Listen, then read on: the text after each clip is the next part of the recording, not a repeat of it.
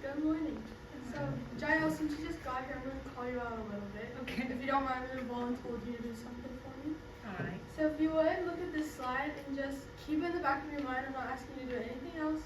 Just keep it in the back of your mind. Okay. And you're just gone. So thank you. So have any of you guys ever been at a sleepover, or maybe you were out doing something irresponsible, maybe at a party or something, and you wake up the next morning and you just don't know where you are? Usually this lasts for like 5 seconds for me if I'm at like a sleepover, and I wake up and I don't know where I am, but then it goes away immediately. Well, for one of my friends, it doesn't go away. This is a constant struggle, as she doesn't know who she is or where she is. Because I work at a nursing home, I work the front desk, so I kind of just sit there a lot. So I have a friend, she's a resident there, who likes to come and talk to me. We talk for hours, so I've really gotten to know her. And we pretty much have the same conversation at the beginning of our conversation every single day, which is, she asked me to remind me of her name, and I say that it's Kaden, and she makes the same joke that my parents must have wanted a boy for naming me Kaden, so that really humbles me hearing that multiple times a week. But the other question that she asked me is where she is, and who put her there, and how she can get out. So she doesn't know a lot of this basic information about herself, and it's really scary to her. So today we're going to be talking to you about Alzheimer's disease. So it's the most common form of dementia, which is the gradual loss of memory and other cognitive functions, according to the Alzheimer's Association. So I think a lot of people think of it as a regular part of aging or something to be expected, but that's not the case. It's not healthy or expected in any scenario. So as you can see, the healthy brain versus the brain with severe Alzheimer's, the healthy brain is almost double the size as the latter, so clearly not something that we're wanting or expecting. And you may be wondering how this pertains to you. Well, although there is something called adolescent Alzheimer's, I'm not going to be talking about that today because it is very rare, but the Alzheimer's Association states that an estimated 6.7 million Americans ages 65 and older are living with Alzheimer's in 2023. So in other words, that's every 1 in 9 people. So chances are, if you know more than 9 people, at some point in your life, you're definitely going to know someone who's affected by this. So I'm going to talk about 2 major problems that come with Alzheimer's and then what we can do to solve it. So one of the major issues that I think a lot of people don't consider when they think of the disease is their heightened risk for abuse. So there have been many videos circulating around recently that have kind of caused an uproar in the community, and they show graphic videos of CNAs, which are certified nurse assistants, abusing patients with Alzheimer's. Here's like one example of a video that was really popular.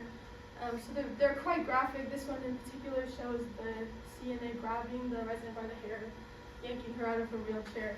Resident is pretty defenseless the entire time. You may be thinking this is just a couple examples of like a few videos that go viral or whatever, but actually 44% of the elderly population residing in long-term care settings have been abused in some form or fashion. And it's estimated that only around 7% of the cases are actually reported at all. So it's likely even more, 44%, which is almost half of the population with the disease. So it's a very common issue. It's not just these videos going around. And additionally, it's estimated that around 50% of these staff members admitting to treating elders poorly, either by means of physical violence, mental abuse, or neglect. And this is all according to the National Library of Medicine. So in other words, 50% willingly admitted to abusing their client. So if that's a self-reported 50%, we just need to think about how many people aren't self-reporting out of fear of losing their job or getting judgment or things like that. So this is all caused by a lack of education. In Oklahoma, you only require 75 hours of instruction to become a CNA, which takes about 2 to 4 weeks, according to registerednursing.com. So that's 2 to 4 weeks to be able to treat people with much different cognitive functioning than you. I don't know how anyone would be expected to be able to understand that many amounts of diseases in that short amount of time. And many centers are actually desperate for CNAs and allow them to work while they're still under training, so they don't even have their CNA certification. So this lack of understanding, this lack of knowledge leads to frustration and a lack of trust and understanding amongst the healthcare workers and the residents, which leads to this abuse because they don't understand how to help these patients. Another major problem we're looking at is that actually not aware that Alzheimer's disease is lethal. So, according to the Alzheimer's Association, 1 in 3 seniors dies with Alzheimer's or another dementia. It kills more than breast cancer and prostate cancer combined. So I think a lot of people think of these cancers and don't really consider anything like Alzheimer's, but it is extremely deathly and there's no cure. So you may be wondering why there is no cure. We go back to the same issue. There's a lack of education. So deaths from Alzheimer's have more than doubled between 2000 and 2019, while those from heart disease, the leading cause of death, have decreased. So the leading cause of death, the rates are going down, and in Alzheimer's, it's only going up. So as you can see, Alzheimer's is a special disease in that as we go up in research, or we should be, the cases are only going up. Additionally, primary care physicians, or of primary care physicians, only 40% reported that they were never or only sometimes comfortable making a diagnosis of Alzheimer's at all, according to the Alzheimer's Association. So even the people diagnosing these people don't even know what's going on.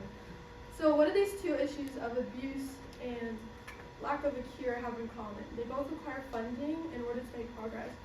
And research is the most powerful tool in understanding the disease and fighting this lack of education. And we can only do research through funding. So I'd like to introduce you to the Alzheimer's Association. Their focus is on funding research, care, advocacy, and fundraising. And if you're interested in making donations today, kind of where some of their money goes, 79% is to really important things like care and support and advocacy and fundraising, and then 17% goes to fundraising and only 4% to administrative. So, back to Jael. Yes. Can you tell me anything that you recall from the slide that I showed you? No. Nothing? Nothing. Okay, that's okay. It was a lot to remember. But as you can see, this is a simple address, a simple name, and a date. And for my friend and millions, hundreds of millions of people in America, they can't even remember simple facts like this, such as their birthday, their own name, and where they live. So I just want you to think about the people who have a constant struggle with this every single day when they wake up. And I would like to ask you to make a $5 donation to this nonprofit today. I mean the QR code and everything, if anyone is willing. And before you decide you're not, I just want you to think of your parents or your grandparents or your friends or even yourself and your future children and ask yourself if $5 is worth a shot at them having a better life. I think so.